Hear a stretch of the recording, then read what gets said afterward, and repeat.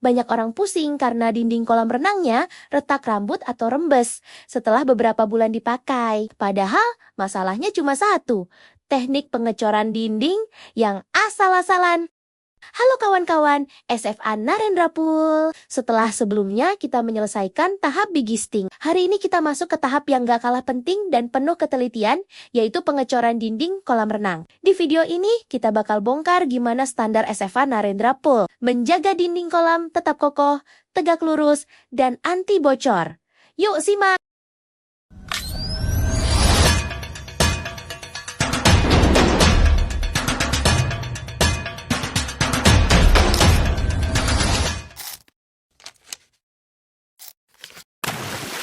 Sebelum beton kita tuangkan, kunci utama keberhasilan cor dinding ada di kekuatan begisting. Pengecoran dinding itu punya tekanan hidrostatis ke samping yang sangat besar dari adonan beton cair. Tim Narendra Pool memastikan begisting terpasang tegak lurus, presisi dengan lot atau water pass, dan diberi skor penahan yang kuat. Kita juga memastikan posisi besi dinding berada tepat di tengah dengan selimut beton yang cukup, supaya besi gak nempel keluar dan gak gampang karat.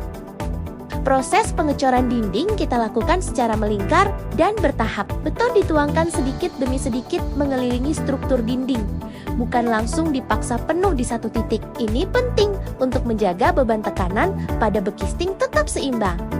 Coba perhatikan bagian ini. Mendorong beton masuk ke celah dinding yang sempit dan penuh dengan anyaman besi ganda itu nggak mudah. Campuran beton untuk kolam renang bukan sembarang campuran. Perbandingan semen, pasir, kerikil, dan air harus tepat.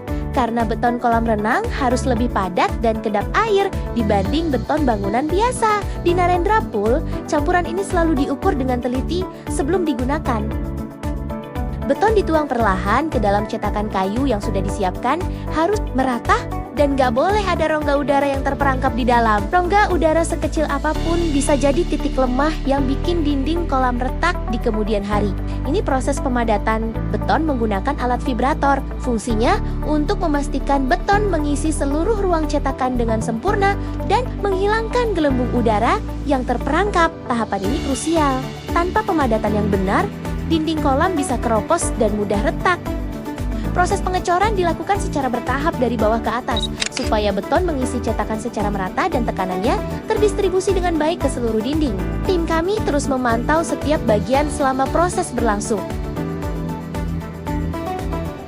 Selama pengecoran berlangsung, tim selalu melakukan pengecekan real time, mastiin beton mengalir merata, cetakan kayu nggak bergeser, dan nggak ada bagian yang terlewat. Koordinasi tim yang solid adalah kunci pengecoran yang berhasil. Setelah seluruh celah dinding terisi penuh, tim langsung melakukan finishing leveling di bagian atas dinding. Ketinggian bibir kolam harus benar-benar rata air flat di seluruh keliling kolam, terutama untuk kerapian pemasangan batu alam atau bibir kolam nantinya. Luar biasa! Pengecoran dinding kolam renang hari ini selesai dengan aman, rapi, dan presisi. Langkah selanjutnya adalah memberi waktu bagi beton untuk masa pengeringan kuring sebelum begisting dilepas. Untuk Anda yang ingin membangun kolam renang impian dengan konstruksi yang teruji, kuat, dan bergaransi resmi, percayakan seluruh prosesnya kepada Narendra Pool. Jangan lupa like, komen, subscribe, dan aktifkan lonceng notifikasinya. Sampai jumpa di dokumentasi proyek Narendra Pool berikutnya.